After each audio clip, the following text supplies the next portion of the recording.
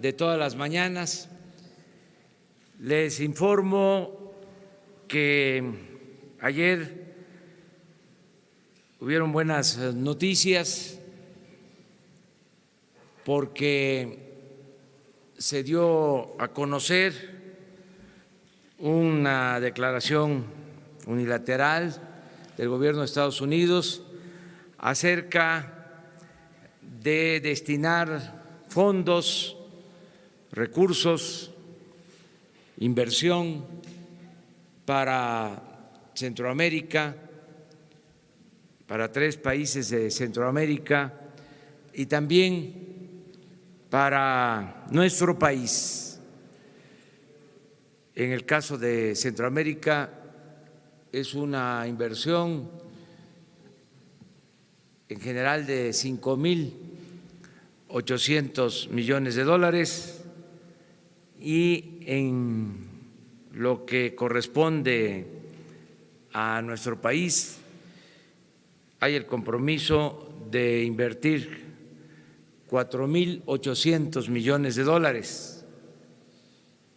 Ya se habían asignado 2.800 millones de dólares para el país y se adicionan 2.000 millones de dólares más para el sur sureste de México. Esto lo celebramos porque significa enfrentar el fenómeno migratorio atendiendo las causas. Siempre hemos dicho que la gente no sale de sus comunidades, no abandona sus pueblos, a sus familias por gusto, lo hace por necesidad. Si logramos que en el sur haya oportunidades de trabajo, que se tengan buenos ingresos, si hay bienestar, pues vamos a temperar, se va a poder resolver el problema de la migración forzada. El propósito es que la migración sea optativa, que siempre ha existido la migración desde los tiempos más remotos de la historia del mundo, pero que esta migración siempre sea optativa, no obligatoria, no forzada. Esa fue una muy buena noticia ayer. También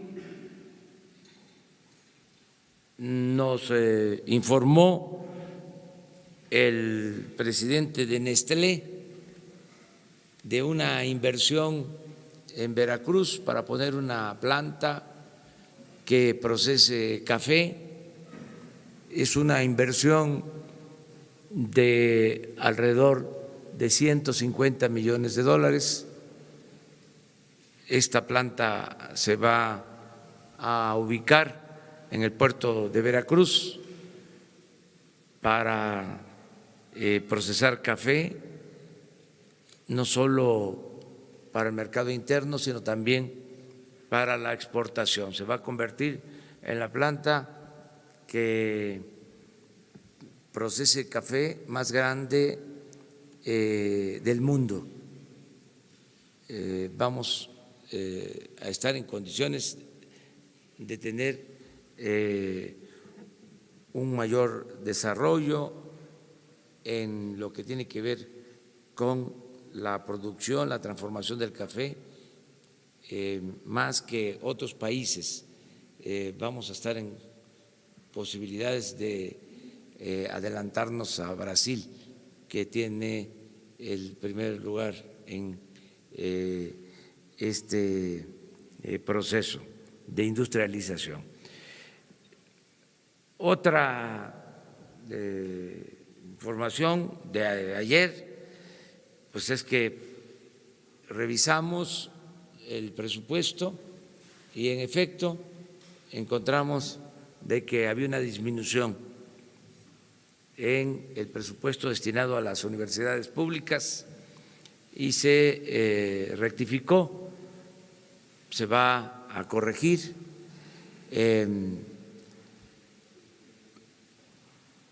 Hacen falta de 4 a 5 mil millones de pesos. Yo había hecho un compromiso, seguramente ustedes lo recuerdan, como presidente electo fui a la NUIS y dije que si no aumentaba el presupuesto de las universidades públicas no iba a disminuir, que iba a ser el mismo de este año más inflación. Entonces esto no se estaba cumpliendo y por eso se tomó la decisión de corregir este error y se va a hacer un ajuste al gasto de operación del gobierno en lo que tiene que ver con las secretarías, con las dependencias del gobierno federal, lo que tiene que ver con el Ejecutivo, sin afectar organismos autónomos. No podríamos hacerlo, es parte del gasto de operación de nosotros, o sea, de las secretarías, incluido el gasto de la Presidencia de la República. En total, una disminución del 4% del gasto de operación. Esos fondos son los que se van a trasladar a las universidades, de 4 a 5 mil millones de pesos. Es otro ajuste en el plan de austeridad republicana. Estamos pidiendo, y creo que vamos a tener respuesta favorable, de que los fondos que se destinen a las universidades se manejen con honradez, que no haya derroches, que haya austeridad. Somos respetuosos de la autonomía de las universidades, pero es ya una etapa nueva, se acaba la corrupción, se acaban los lujos, los gastos superfluos, hay que reducir lo más que se pueda el costo del gobierno a la sociedad, que cada vez le cueste menos al pueblo mantener al gobierno. Ese debe ser el propósito en todos los ámbitos y vamos nosotros a seguir actuando de esa manera, con austeridad republicana. Les traje, porque les ofrecí que iba yo a hacer el análisis sobre lo que significó el aumento en el salario mínimo a lo largo de todo el periodo neoliberal. En efecto, nunca se había dado un aumento como el que se autorizó hace 2 días. Subrayo, por acuerdo del sector obrero y del sector empresarial. Les agradecí en su momento, lo vuelvo a hacer, sobre todo al sector empresarial, que haya aceptado que cambie ya la política salarial. Cuando vean esta tabla, vamos todos a comprender lo injusto que ha sido la política salarial en México. En 20 años, por ejemplo, los aumentos al salario se otorgaron por abajo de la inflación. Esto es hasta una violación a los derechos humanos. Pero estamos hablando de todo el periodo neoliberal, de 60 a 75% de pérdida del poder adquisitivo del salario. Una gran injusticia. Entonces, esto es una muestra fehaciente de que las cosas están cambiando en el país, con la participación de todos. En este caso, repito, con el acuerdo del sector obrero y del sector empresarial. Esto lo considero un logro en esta nueva etapa. Y me gustaría, se los pido de manera especial, que se difunda este cuadrito, porque habla más que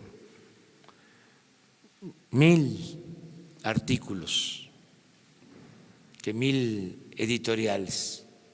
El cuadro explica lo que ha sucedido, el significado tan inhumano de la política neoliberal, que está ya haciéndose a un lado. Ya estamos en una etapa nueva, distinta. Bueno, pues eso era lo que tenía que informarles. Empezamos. Buenos días, presidente. Frank Jack Daniel, de la agencia Reuters. Hablando del tema de migración, más allá de los fondos anunciados ayer, se mencionó en el comunicado que están negociando un marco para migración ordenado, legal y seguro. ¿Qué ideas están explorando con los Estados Unidos en este sentido? ¿Y sigue la posibilidad de que centroamericanos retornan a México después de cruzar a los Estados Unidos para pedir asilo? Y finalmente, ayer se conoció que torturaron y asesinaron a 2 hondureños jóvenes adolescentes en Tijuana. Y me gustaría saber si lo están investigando, qué están haciendo para dar protección a los centroamericanos que ahora pasan meses en la ciudad para pedir asilo en los Estados Unidos. Sí, hoy a las 11 de la mañana, la secretaria de Gobernación y el responsable de la política migratoria van a informar sobre la política de México en cuanto a la protección de migrantes. Van a dar un informe general. Yo creo que la parte de atender el problema con inversión ya es algo favorable, pero tenemos que mantener una política migratoria apegada a la defensa y la protección de los derechos humanos. Y también una política migratoria que garantice el derecho al asilo, el derecho a recibir un trato justo a todos los migrantes. Esto lo vamos a seguir manteniendo. Estamos pendientes todos los días de lo que sucede en los albergues en Tijuana. Se tiene atención adecuada, especial, humanitaria en los albergues. Hay un albergue que estamos atendiendo donde hay alrededor de 2.100 migrantes que están recibiendo alimentos, atención médica, protección.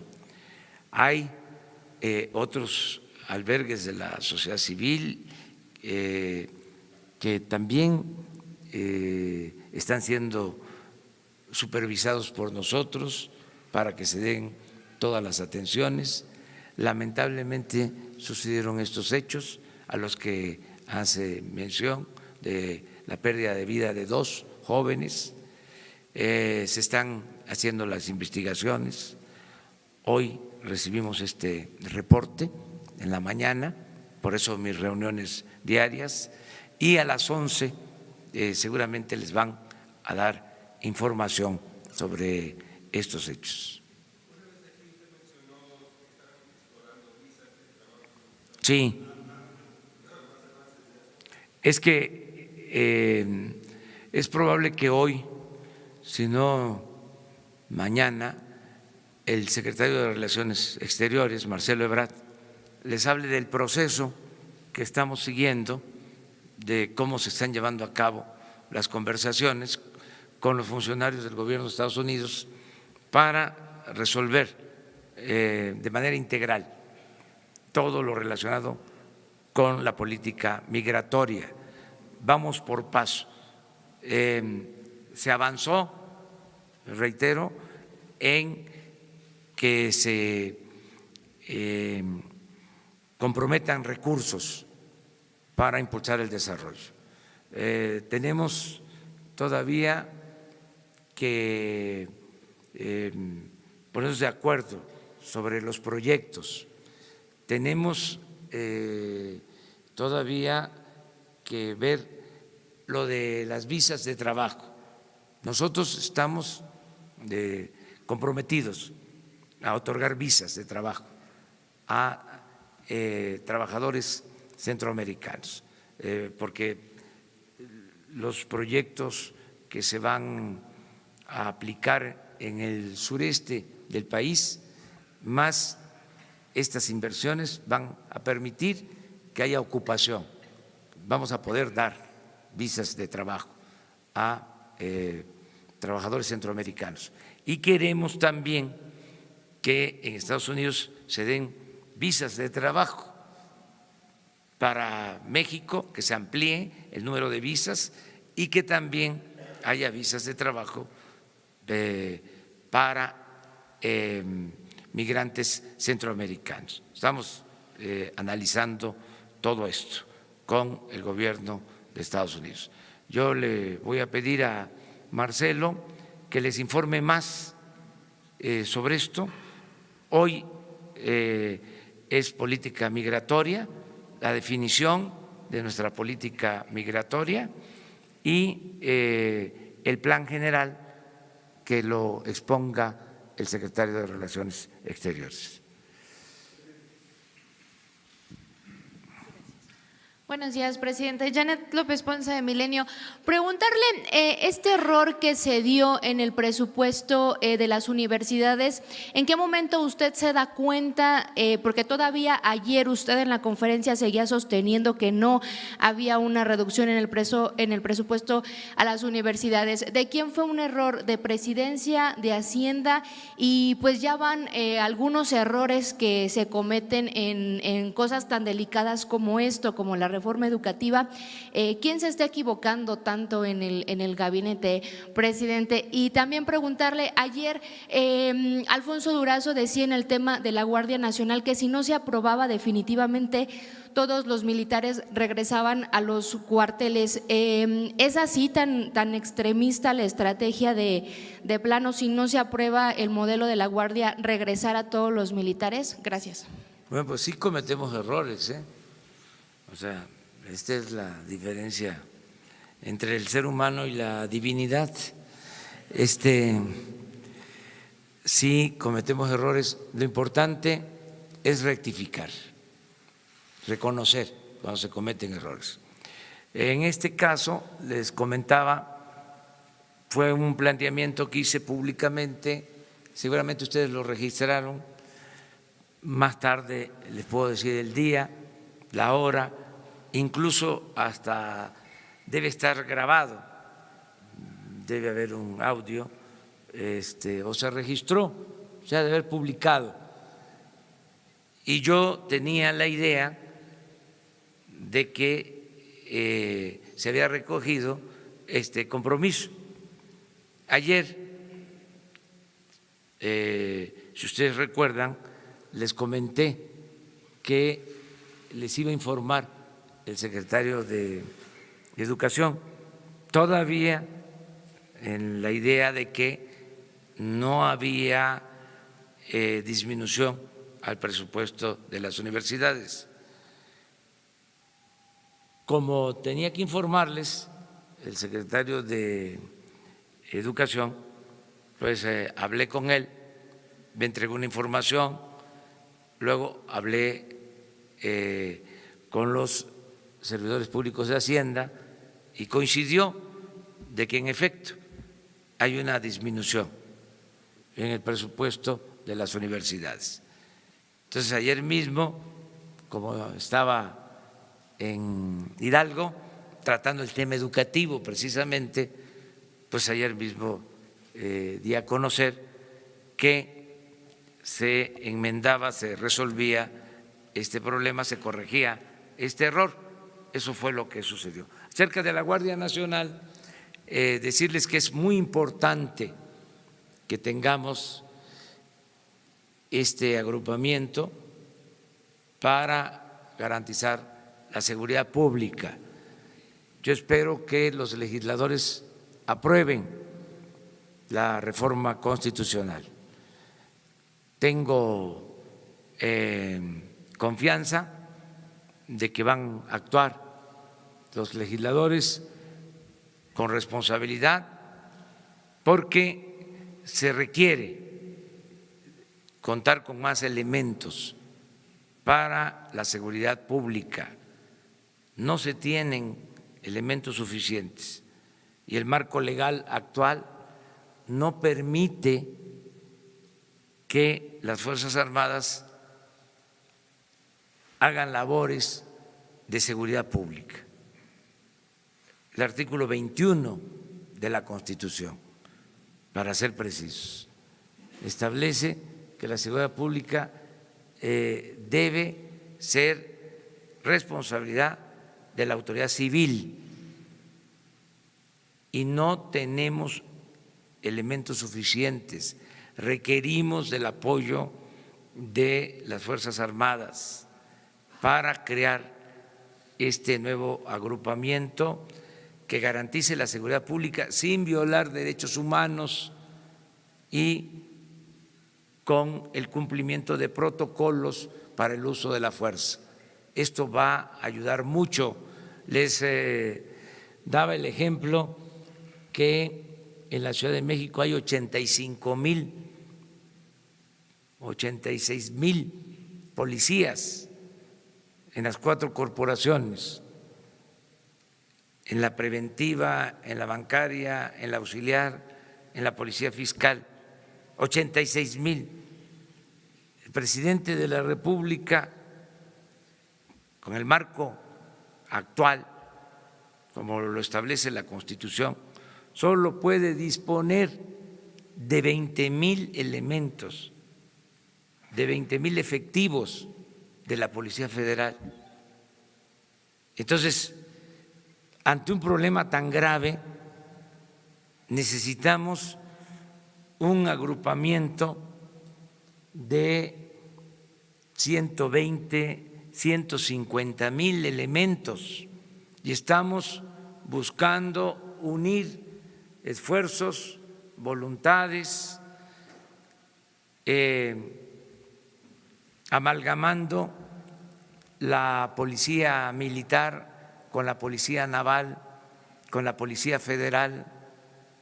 Es la estrategia que se está proponiendo para proteger a los ciudadanos, porque lo que han habido en los últimos tiempos son operativos, no ha habido una protección en el territorio donde vivimos. son operativos en donde una determinada fuerza se desplaza y hace presencia, reacciona ante el desbordamiento de la violencia. Lo que queremos es que en 266 unidades territoriales exista permanentemente una fuerza de protección a los ciudadanos para garantizar la seguridad pública. Es que tendríamos que cumplir con la Constitución. No vamos nosotros a simular.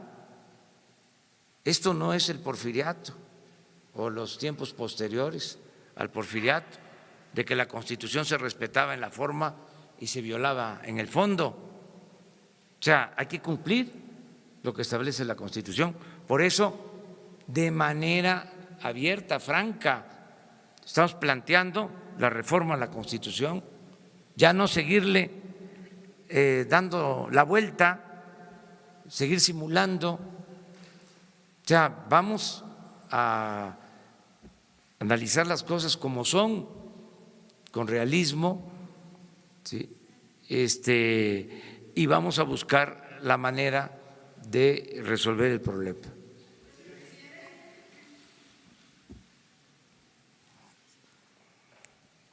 ¿Qué se me hace que hoy va a ser pura primera fila? Buenos días, presidente. Sara Pablo de Radio Fórmula. Preguntarle dos cosas en el tema de la Guardia Nacional. ¿Qué va a pasar si en la consulta de marzo, dijo usted 21, la gente dice que no a la Guardia Nacional?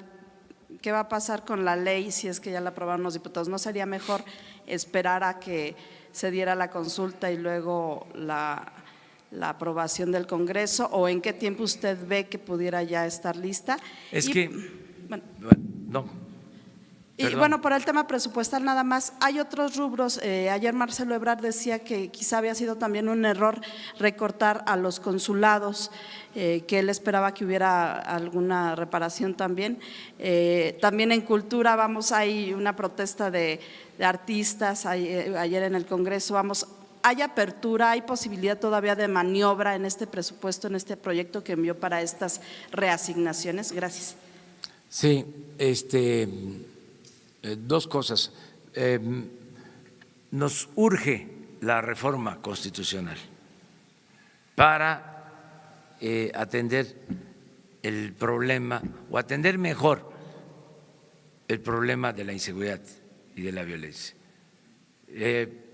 Y estoy seguro que la gente va a apoyarnos, nos va a respaldar en la consulta si posteriormente se realiza.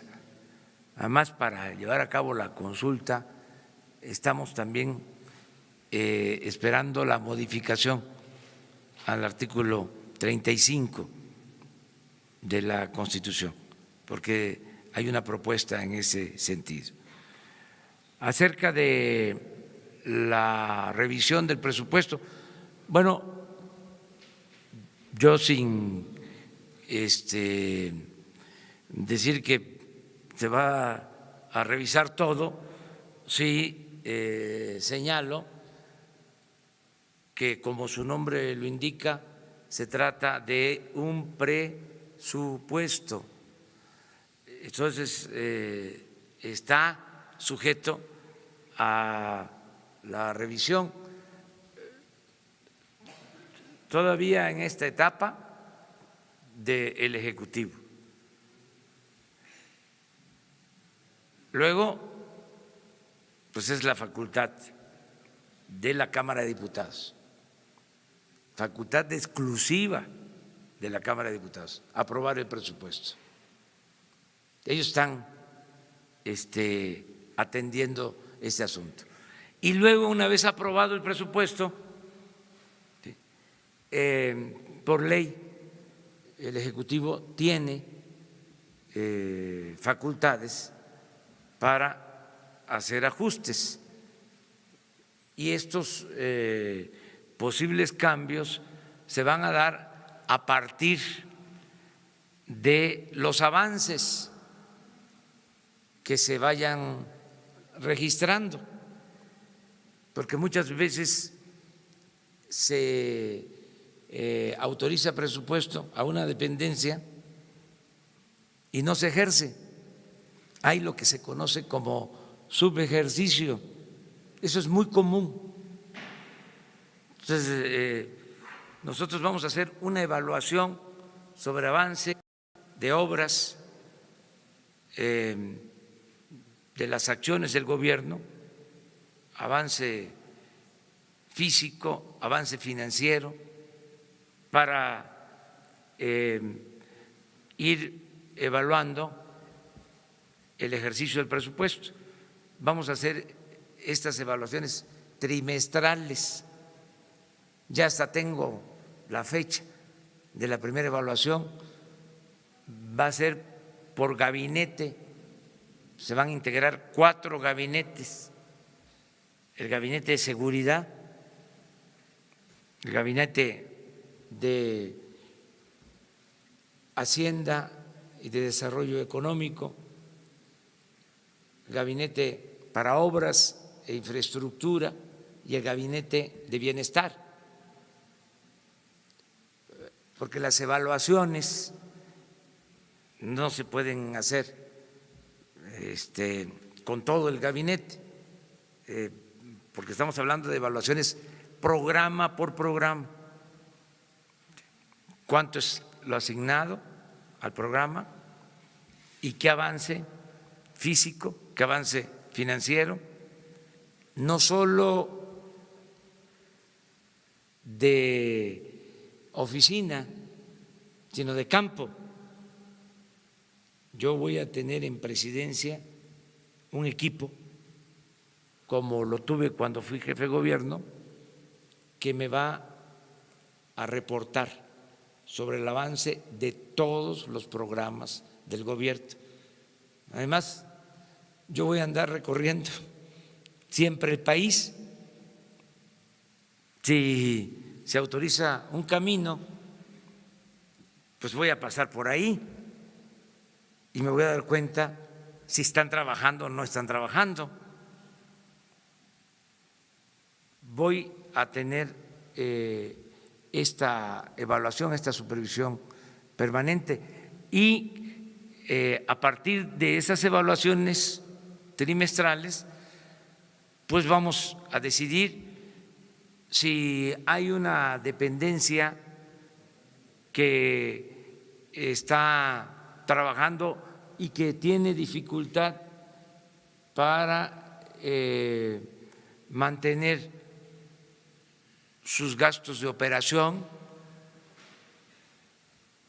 va a tener los recursos, no se va a detener. Vamos a hacer las transferencias que se necesiten en su momento. Esto lo tenemos bastante claro. Ya tiene tiempo que sí, que tú no hablas, sí.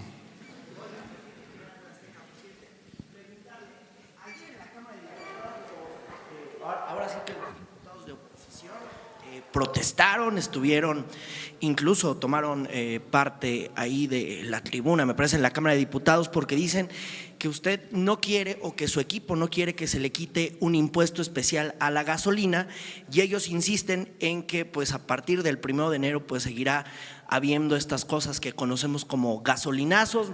¿Qué va a pasar con el tema de la gasolina? Al ciudadano le va a salir más cara a partir del 1 de enero. Es parte, pues evidentemente, de la política que siguen estos diputados de oposición. ¿Qué es lo que va a ocurrir ya en los siguientes días? No va a haber gasolinazos. Ese es mi compromiso. Y entiendo la actitud de los que ahora están en la oposición. Es su obligación, y qué bien que se apliquen para que vayan acostumbrándose. Ya tenía mucho tiempo que nada más se dedicaban a levantar la mano, ahora es picar oprimir el botón.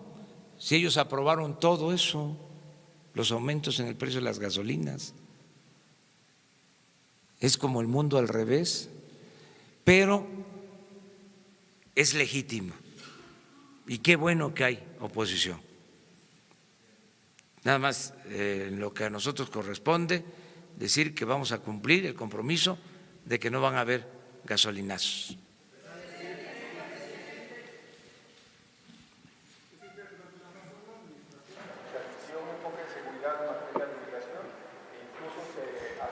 Fondos de la iniciativa Mérida para estaciones migratorias. Quiero preguntarles si van a seguir aceptando estos recursos del gobierno de Estados Unidos a cambio de compartirles información de los migrantes. Y permítame otro tema.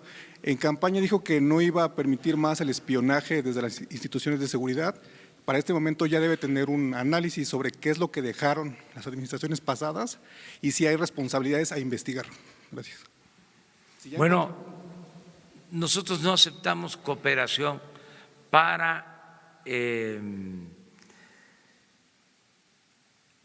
funciones de seguridad que solo competen al Gobierno de México. No aceptamos la estrategia que significó el Plan Mérida, que en vez de ser cooperación para el desarrollo, era cooperación militar. Es distinto completamente. Lo de ayer así lo prueba. Es un anuncio para invertir y atender las causas en todo lo que es el fenómeno migratorio. Acerca de el espionaje ya no hay. Ya pueden ustedes hablar tranquilamente por teléfono. Ya no hay golondrinas en el alambre. Por lo que corresponde al gobierno federal, no hay. Y hoy se dan a conocer acuerdos. Uno, para que la policía ministerial se ocupe de su labor de protección de los ciudadanos. Hoy nos informaron, seguramente les van a dar detalles a ustedes, de que de 3.700 elementos, 3.700 elementos de la Policía Ministerial, alrededor de 1.500 estaban de guardaespaldas, no solo de servidores públicos, también de personas ajenas al gobierno. Entonces todo eso se está corrigiendo. Solo van a tener escoltas, protección, los que tengan responsabilidad en asuntos de seguridad pública y quienes necesiten protección por estar recibiendo amenazas. Hay procedimientos en donde los jueces ordenan que se le dé protección a ciudadanos. O el caso de periodistas amenazados, que tenemos nosotros la obligación de protegerlos. Pero no era así. O sea, sí había un grupo de agentes trabajando con esta misión, pero muchos actuando de otra manera.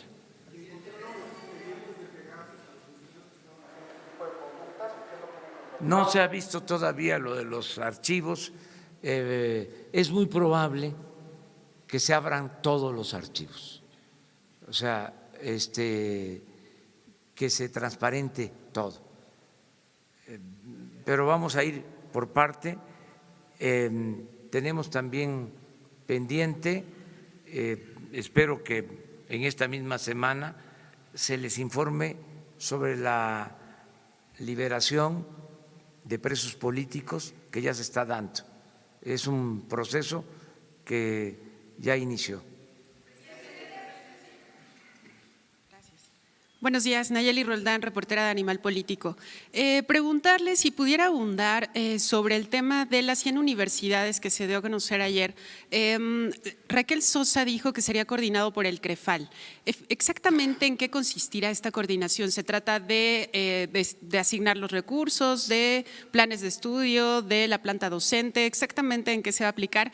¿Cuántas universidades veremos el siguiente año? Y en un plazo de cuánto se cumplirá esto. También respecto al presupuesto de universidades, habla de 4,000 millones de pesos de gastos de operación. ¿Será en todas las dependencias? ¿Por qué no se había previsto antes a lo mejor este ahorro también para que se pudiera redistribuir en otro rubro? ¿De verdad solo será en gastos de operación? Y la otra… si bien es una buena noticia que las universidades efectivamente tengan los recursos que requieren para 2019, también es cierto que hay pues algunas cuestiones sobre sus finanzas públicas que deberían de ser investigadas. Usted lo dijo en algún momento, que había derroche y corrupción. ¿Se establecerán mecanismos justamente para la rendición de cuentas por parte de las universidades? Obviamente son autónomas y cada una tiene sus propios órganos de auditoría, de contraloría, pero ¿se pensaría también en algún mecanismo extraordinario, digamos, para justamente asegurar que los recursos de las universidades se destinen en donde deberían? Bueno, acerca del ajuste en gasto de operación, es además de lo que ya se ajustó del presupuesto. Les comento, en el caso de Presidencia de la República, lo autorizado el año pasado, 1,800 millones de pesos, que no es lo devengado, estamos hablando de lo autorizado. Lo que ahora se envía al Congreso para presupuesto de la Presidencia, 1,300 millones. O sea, además, 4% menos para entregar estos fondos a las universidades. Y así en todos los casos. Hacienda, menos presupuesto; Gobernación, menos presupuesto; crece en términos reales educación, salud, Pemex, por las razones que hemos explicado, la Comisión Federal de Electricidad, la Secretaría del Trabajo por el programa de los jóvenes. Entonces, sí hay una disminución considerable en el presupuesto por el plan de austeridad republicana. Yo espero que ni siquiera se ejerzan los 1,500 millones de Presidencia. Pienso que vamos a ahorrar todavía una cantidad más adicional, porque no se está gastando. Por ejemplo, había una renta de vehículos para la Presidencia, ya se termina ese contrato, se rentaban vehículos y muchos gastos superfluos en todo el gobierno. Entonces, nos va a alcanzar el presupuesto y sí, ya se está haciendo un ajuste.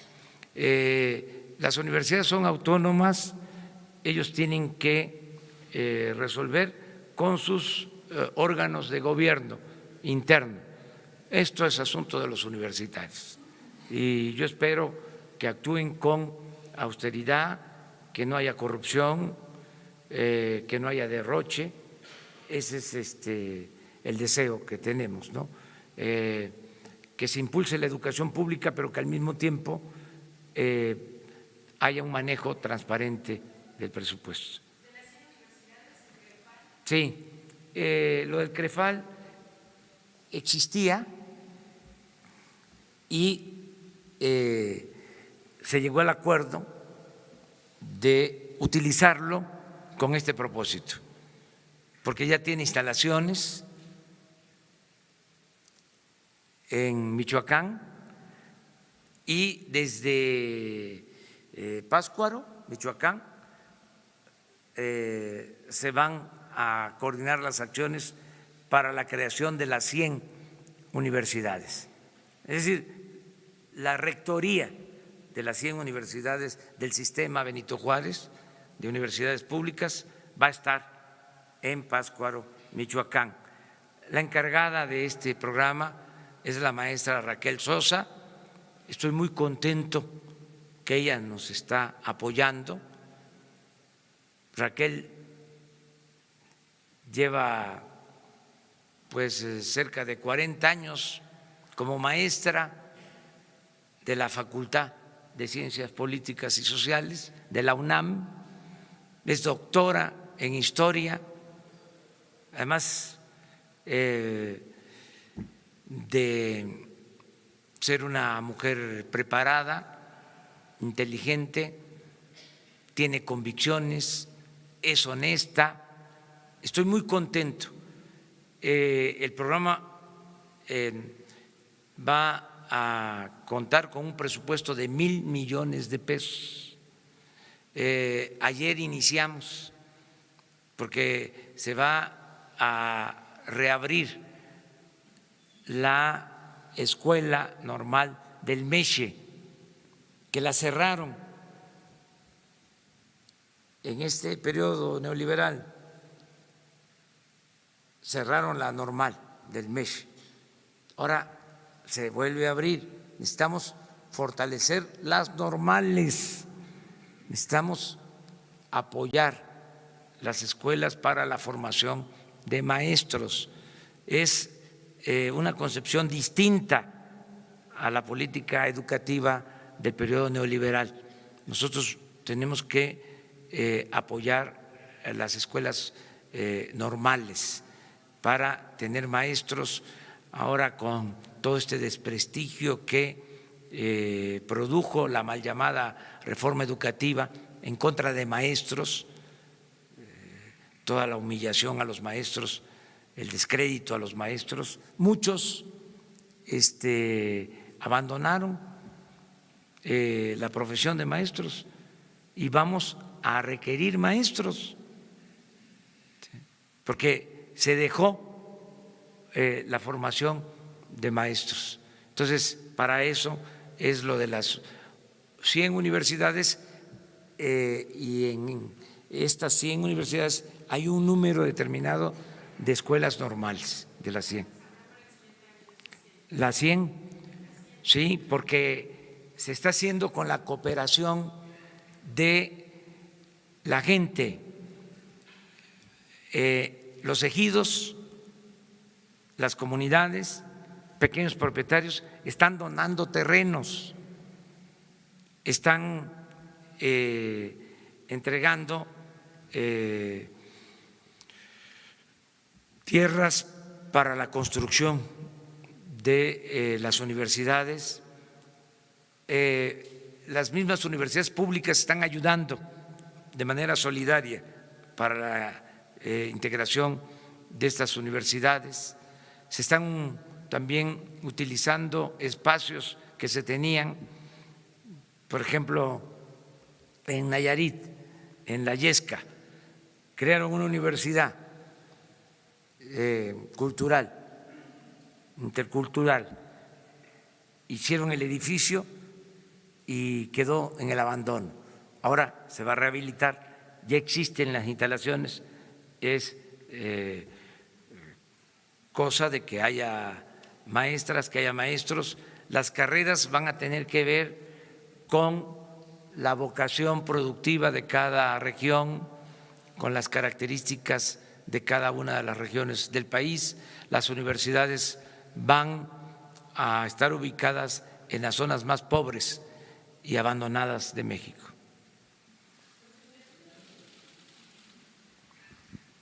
Buenos días, presidente. Guillermo Cruz, de Quinto Poder. Preguntarle su opinión sobre lo que ocurre al interior del Tribunal Electoral con la polémica entre dos magistrados a raíz de lo ocurrido por la resolución de la elección en Puebla, una elección en la que se declaró vencedora a la señora Marta Erika Alonso, esposa del exgobernador Moreno Valle, en una elección que impugnó Morena, el partido que usted fundó. Gracias. Pues yo opiné de eso. Ya no quiero seguir hablando de ese tema.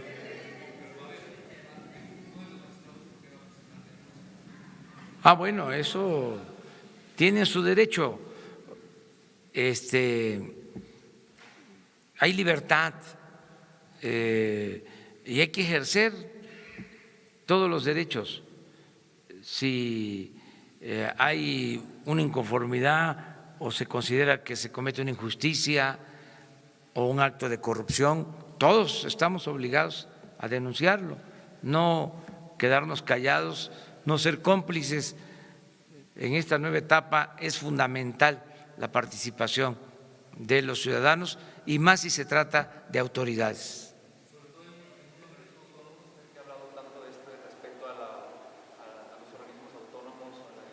Sí, pero no es una denuncia de nosotros. Si es de los mismos magistrados, pues es un derecho que ellos tienen. Nosotros no estamos promoviendo eso. Eso sí le puedo garantizar, porque no nos metemos en la vida interna de otros poderes. Muchas gracias, presidente. Buen día. Dos temas nada más, presidente. Eric Pinto, de Capital 21. El primero es, hablaba hace un momento sobre la evaluación que se va a tener de los recursos federales en las dependencias. ¿Tienen ustedes ya establecido algún mecanismo de evaluación de aprovechamiento del dinero que se va a entregar a través de los programas sociales? ¿Existe la percepción, sobre todo de sus adversarios, de que el dinero que se dé a estudiantes, por ejemplo, por poner un ejemplo, si reprueban materias o si reprueban año, se va a seguir entregando, entonces no van a tener un correcto aprovechamiento? ¿Tendrán ustedes ya un mecanismo de evaluación de aprovechamiento? Y la segunda es facultad del Ejecutivo Federal poner orden en lo que está pasando, le reitero, en el caso de Tabasco. Ayer mantuvieron retenida por más de 7 horas a la esposa del gobernador por manifestantes que están exigiendo el pago de sus salarios, el pago de sus aguinaldos, el pago de muchos meses incluso que no les han pagado. Muchas plazas de ella, incluso, presidente, son plazas federales, recurso federal, que el Estado pues no ha entregado. ¿Es facultad de usted poner orden en esa entidad? Gracias. Sí, mire, acerca de esto último, yo lamento que se den estas cosas, no es la forma, no es el modo, nada por la fuerza, nada de privar de la libertad a nadie, todo por la razón, todo por el derecho. Y en este caso yo he dado instrucciones al secretario de Hacienda que si un Estado no cuenta con presupuesto para pagar sueldos, aguinaldos a trabajadores, que se adelanten participaciones. No es en estos casos una responsabilidad del gobierno federal, tiene que ver con las finanzas estatales.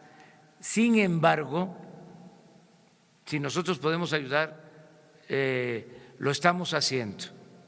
El que se puedan adelantar partidas si tienen dificultad para terminar el año, con el propósito de que se le pague a los trabajadores que tengan su aguinaldo. Estoy hablando de adelantar participaciones federales para ayudar a los estados. Lo que no hay ya, y esto también ha generado alguna inconformidad, pero es importante que se aclare, son partidas discrecionales, por llamarlo amablemente, para decirlo así con más claridad y crudeza. Ya no hay moches, ya no hay partidas de moches. Por eso hay desconcierto, porque ¿qué pasaba el año pasado, hace 2 años, hace 6 años, en esta temporada? Llegaban los gobernadores, con todo respeto, presidentes municipales al Congreso, habían gobiernos que preparaban comida, si eran del norte hasta cabritos, para todos los legisladores, para conseguir, le llamaban en el argot de esta política, bajar recursos. Entonces se hacían bolsas de recursos. Cada diputado tenía asignado un dinero, 10, 20 millones de pesos. Esto de acuerdo con Hacienda. Y ese diputado podía entregar, aunque no fuese del Estado, negociaba lo que le asignaban y lo podía entregar a otro estado, siempre y cuando recibiera una recompensa, un moche. Así se repartía el presupuesto. Muy vergonzoso, lamentable. Entonces, eso ya se acabó, eso desaparece, ya no hay esas partidas. Ahora, pues es transparente, se entrega el presupuesto, el Congreso va a decidir de acuerdo a los ingresos y no hay trato discrecional. ¿Mande?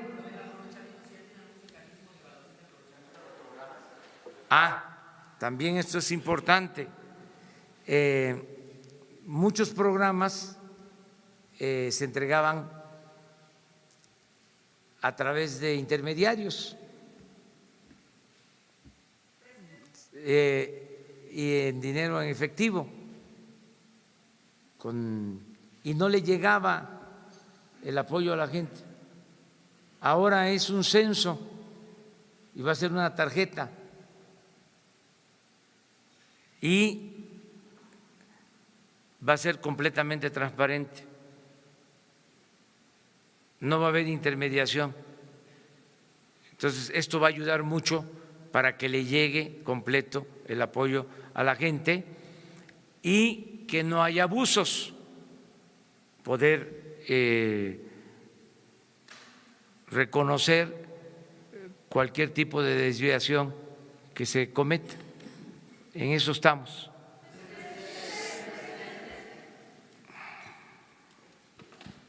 Buenos días, presidente. 3 más.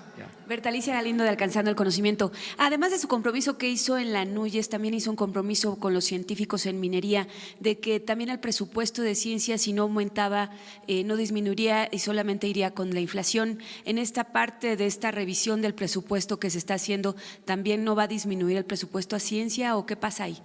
Ahí va a haber recursos porque se va a invertir, lo comentaba yo la vez pasada, mucho en la modernización del sector energético y parte de ese presupuesto tiene que ver con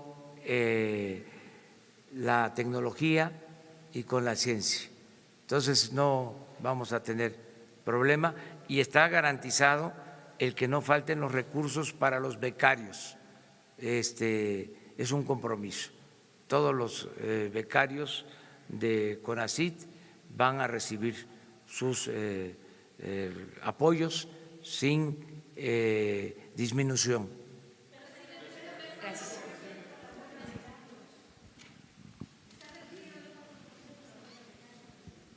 Hola, presidente, yo quiero hacerle dos preguntas.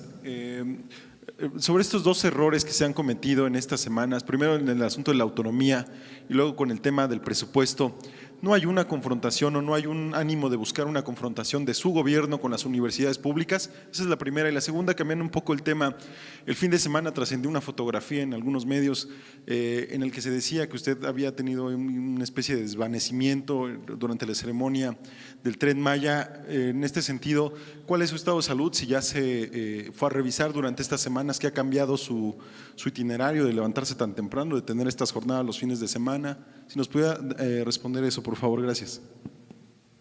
Bueno, mire, hay mucha armonía,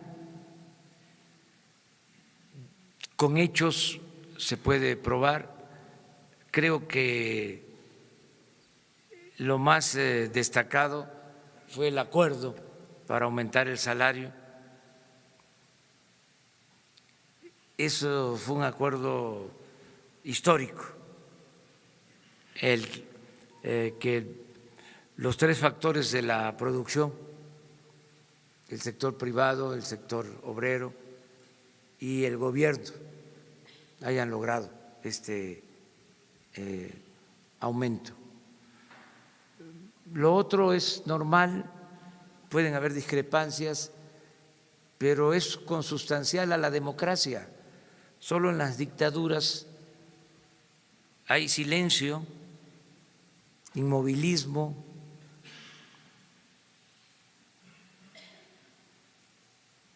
Solo en las dictaduras hay pensamiento único. Qué bueno que hay diálogo, qué bueno que hay debate. Es la nueva etapa. Acerca de mi situación de salud, estoy muy bien, al 100, gozo de cabal salud, me siento muy bien de salud y no me afecta el estarme levantando temprano, estoy acostumbrado, y vamos a seguir así, vamos a seguir trabajando. Hice el compromiso, son 16 horas diarias porque no va a haber reelección, entonces vamos a hacer en 6 años 12, entonces por eso estamos bien. Desde luego, ahí andan mis adversarios pidiendo información sobre mi estado de salud. Hace unos días me mostró el general secretario un oficio de un ciudadano que pide información a la Secretaría de la Defensa sobre mi estado de salud, sobre las consultas en hospitales militares. Pues sencillamente no he estado en ningún hospital militar, no he ido. Se contestó la solicitud y así en otros casos. Ahí andan buscando mi expediente. La última vez que fui al médico fue al Instituto de Cardiología, hace como 6 meses. Estoy muy bien, la presión controlada, a veces traigo el corazón caliente, pero mantengo la cabeza fría. Estoy bien y de buenas. A ver, ya. Y falta una. Acuérdense que mañana también estamos, si no, ¿de qué vamos a hablar mañana? Gracias. Ariadna Ortega, de ADN Político de Expansión. Preguntarle si en estas modificaciones va a tomar en cuenta también lo que destinó, por ejemplo, al Estado Mayor Presidencial, que ya desapareció, o a Liconza y Diconza, que también ya van a desaparecer. Preguntarle también si va a haber incentivos para Nestlé en este acuerdo, no sé, del gobierno federal o del gobierno de Veracruz. Y por último, ¿cómo va a repartir su primer quincena que ya nos platicó que obtuvo? ¿Para regalos de Navidad o...? Bueno, se está apoyando a Nestlé para que tenga facilidades. Ya están limpiando el terreno donde va a estar la fábrica, la empresa, en el puerto de Veracruz. El gobernador Cuitláhuac García está ayudando en todo lo que corresponde. No sé qué política fiscal vayan ellos a aplicar para facilitar esta inversión que va a generar empleos en Veracruz. En lo que corresponde al gobierno federal, pues todo nuestro apoyo. No significó comprometer recursos. ¿Cómo voy a utilizar mi quincena? Pues para mantener los gastos en la familia.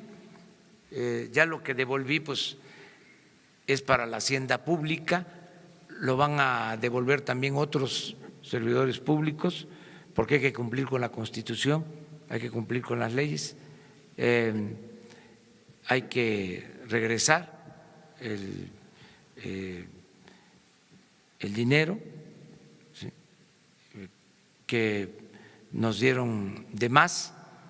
Esto porque es el presupuesto de este año, el que todavía se manejó. Ya para el año próximo ya viene ajustado a lo que vamos a recibir.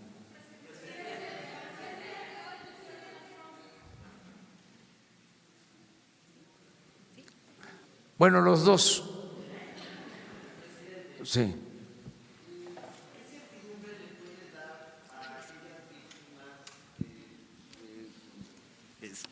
De periodistas y luchadores de derechos humanos que fueron víctimas del Pegasus. Se ubicó y se canceló el software. ¿Dónde está? ¿Qué pasó con él? ¿Se lo llevó la administración pasada?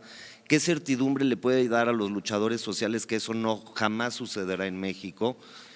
Y mi segunda pregunta es, ¿qué tan importante considera usted continuar con la implementación de la reforma penal acusatoria, donde hay algunos estados que van muy avanzados, pero hay otros que están muy atrás?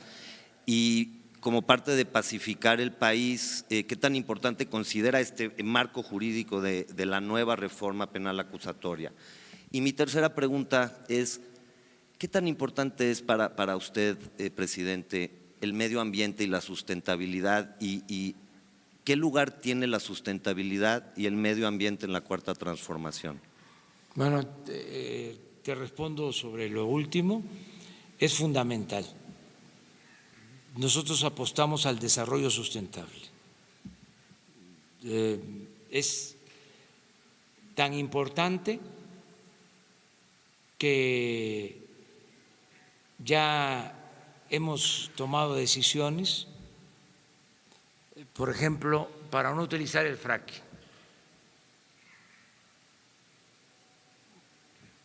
Que no se reconozca es otro asunto, que haya pasado de noche, ¿sí? Pero ese es otro asunto.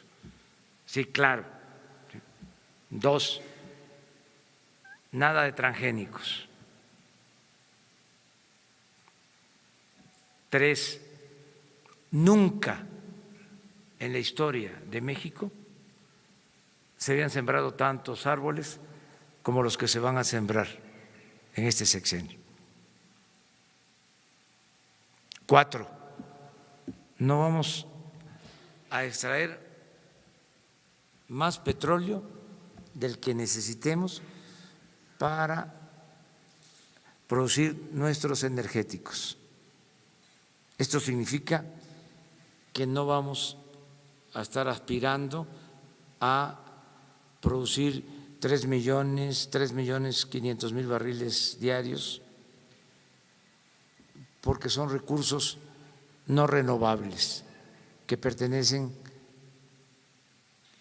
también a las nuevas generaciones. Yo no tengo problema de conciencia sobre eso. Nosotros vamos a respetar el medio ambiente y además todo lo que hagamos va a ser con el apoyo de las comunidades.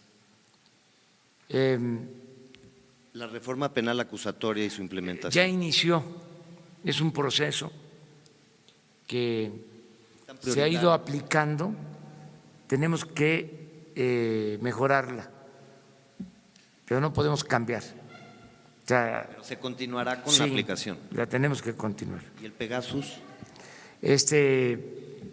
La Secretaría de Gobernación, que antes tenía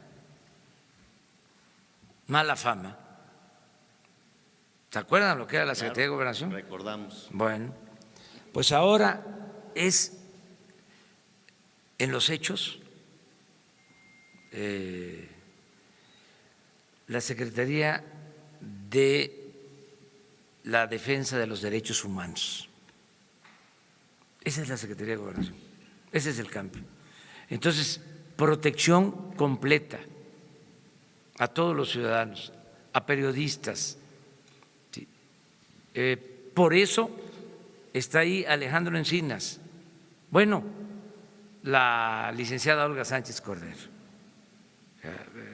que por convicción, ¿sí?, tienen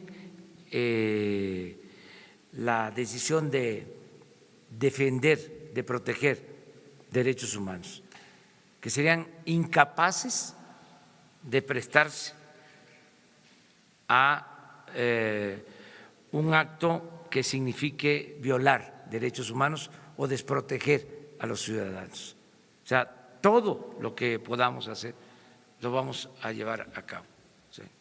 Buenos días, presidente. Rocío Méndez, Noticias MBS, buenos días. Bueno, aquí a petición de todos mis compañeros estamos notificando que efectivamente apenas hace unos instantes el presidente Donald Trump ha expresado a través de Twitter que México está pagando indirectamente por el muro a través del nuevo acuerdo de libre comercio con tanto México como Canadá. Mucho más dinero vendrá a los Estados Unidos. Quisiéramos su opinión al respecto y también, por favor, 2 instituciones internacionales hicieron referencias a la situación de los derechos humanos en México. El día de ayer, Reporteros Sin Frontera, en un mensaje, informe internacional, recuerda que detrás de Afganistán y de Siria está México en el año más violento para el periodismo en toda la nación, en todo el orbe.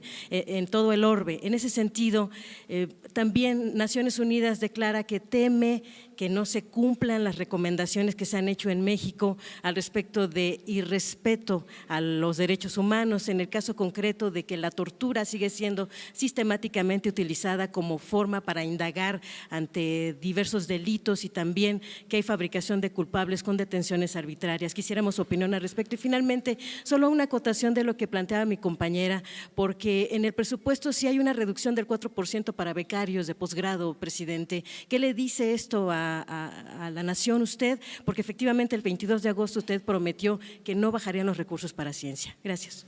No van a bajar percepciones de los becarios, es mi palabra. Acerca de las recomendaciones de los organismos de derechos humanos, se van a cumplir todas. Y hay mucha referencia al antiguo régimen, a los que ya se fueron. Esto es nuevo, estamos comenzando y no vamos nosotros a incumplir con ningún compromiso, se van a respetar derechos humanos y se van a atender todas las recomendaciones. Hemos hablado con mucha claridad sobre este tema. Comentabas algo más primero. Sí,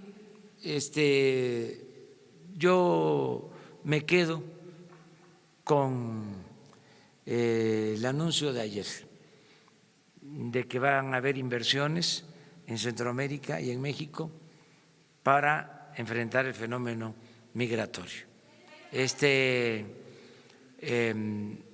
es lo que me tiene más contento, satisfecho, porque es una forma nueva, distinta de enfrentar el fenómeno migratorio. O sea, el que se atiendan las causas. Yo quiero, lo he dicho muchas veces, lo repito, que la gente tenga oportunidades de trabajo en sus pueblos, donde están sus familiares, donde están sus culturas. Y hacia allá vamos. Y ayer les comentaba, va a llegar el día pronto, muy pronto, en que la gente no va a emigrar de México, cuando menos. Es decir, porque van a haber muchas oportunidades de trabajo, porque va a haber crecimiento, va a haber bienestar en nuestro país. Ese es mi sueño y en eso vamos a trabajar. Vamos a que les informe el secretario de Relaciones Exteriores, porque es un proceso. Esto apenas es un anuncio, el de ayer, vamos a llamar unilateral en la relación de los dos países,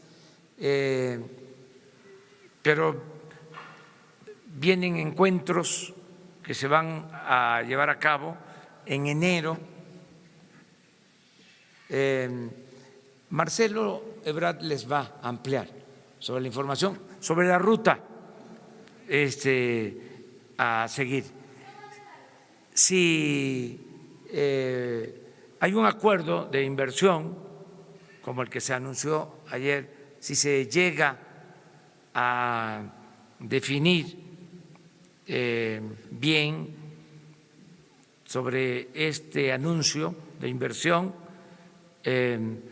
yo sí estaría dispuesto a ir a Estados Unidos, a suscribir, a firmar algo que signifique inversión para actividades productivas y creación de empleos en Centroamérica y en nuestro país. También les informo que estamos teniendo muy buena relación con los gobiernos centroamericanos, que todos estos pasos, todo esto que tiene que ver con inversión, lo hemos hecho en compañía de los gobiernos de Centroamérica. Yo les recuerdo que el día 1 de diciembre firmamos un acuerdo con El Salvador, con Honduras y con Guatemala. Y he estado manteniendo comunicación con el presidente de Costa Rica. He hablado con él por teléfono, hemos mantenido comunicación. Es un asunto que estamos tratando regionalmente y vamos bien, va por buen camino esta nueva relación con el gobierno de Estados Unidos. No tenemos nosotros quejas del gobierno de Estados Unidos.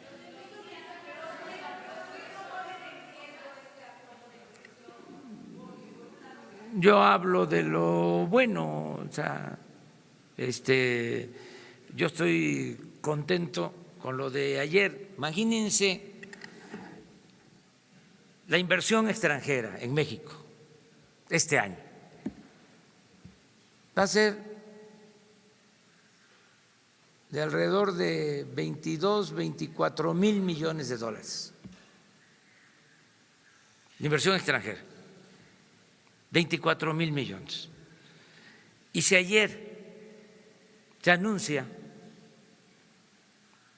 de que se van a invertir 4.800 millones de dólares, quiere decir, en términos generales, que es un incremento en la inversión extranjera del 20%.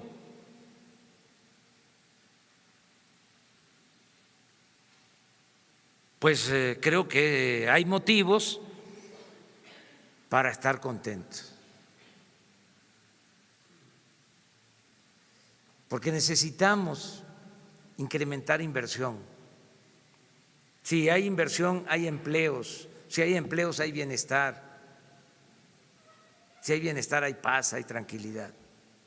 Entonces, es los tres motores de la inversión o de la economía, el sector público, el sector privado, nacional y extranjero, y el sector social. Entonces, requerimos de más inversión para que en el sur-sureste haya crecimiento. Es que en el sur-sureste llevamos años sin crecimiento económico. Lo único que ha crecido en el sur-sureste es Quintana Roo. Y eso, el sur de Quintana Roo, la zona turística, porque no es lo mismo Otompe Blanco que Benito Juárez, o para decirlo con más claridad, no es lo mismo Chetumal que Cancún. Hay diferencias. Con el esfuerzo que están haciendo en Yucatán, ha habido un poco de crecimiento, muy poquito, pero Campeche, Tabasco, Chiapas, Veracruz, bajo cero. Y lo mismo Oaxaca, lo mismo Guerrero. Entonces necesitamos atender el problema de fondo y por eso es muy importante el que se consigan inversiones. Nada más, si se habla de que quieren invertir 2.000 millones de dólares adicionales en el sureste del país, estamos hablando de 40.000 millones de pesos. Es el doble de lo que necesitamos adicional para que la atención médica mejore en las zonas más pobres del país, que haya atención médica, que haya medicamentos gratuitos. Entonces, con eso me quedo. Lo otro, o ustedes revisan todo lo que pasa en las redes sociales, ¿todo? No, si es muchísima la comunicación que hay ahí, mucha, se la pasarían todo el día viendo. Hay que ver esto que es muy positivo y mañana hablamos. Muchas gracias.